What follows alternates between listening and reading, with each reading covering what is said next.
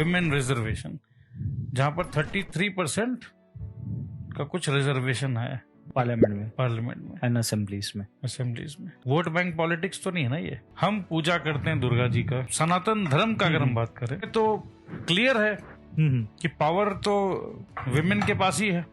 Power women के पास है, लेकिन हम कौन होते हैं एम्पावर करने का? उनको कोई भी नहीं होते हैं। हाँ। लेकिन हमें उनको एक सेफ एनवायरनमेंट देना पड़ता है, हमें उनको एक अपॉर्चुनिटीज देनी पड़ती है। वो जो ग्लास सीलिंग्स होती है उसको हमें हटाना पड़ता है। एक सिंपल उदाहरण देता हूँ, 2014-15 की बात होगी।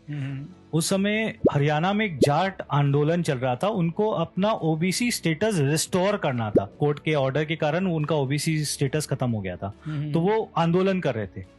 और सारे खाप पंचायत, जो हरियाणा में खाप पंचायत होती है, वो सब बड़े बड़े लीडर्स आकर के वो आंदोलन कर रहे थे।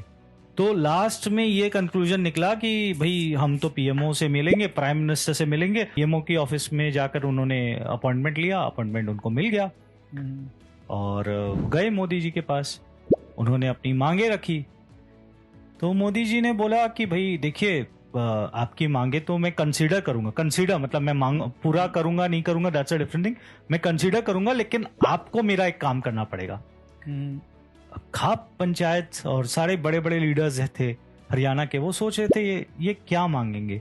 एक पॉलिटिशियन क्या मांग सकता है? बोलेगा कि भाई नेक्स्ट इलेक्शन है, हम मेरे को वोट दे देना, या मुझे कुछ करवा देना, या कोई जमीन एक्वायर करनी होगी, कोई प्रोसेस, कोई रोड के लिए, तो कुछ मांग रहे होंगे वैसा कुछ। काफी देर आपस में वो डेलिब्रेट करके बोले ठीक है, आप बताइए आप क्या चाहते हैं हमसे।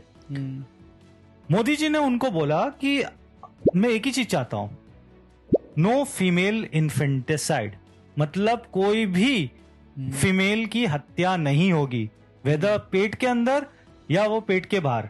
You will be surprise to know कि हरियाणा का sex ratio boys 1000 and women is 870, मतलब 130 लड़कियां मर जाती है या मारी जाती है। And that is the reason why the Haryana sex ratio was one of the lowest.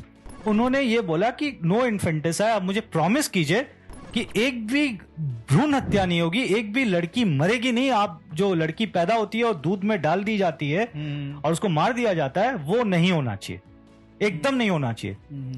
They promised. खाप पंचायत और जितने भी सरपंच थे वो लोग शॉक्ड हो गए कि भाई ये क्या है।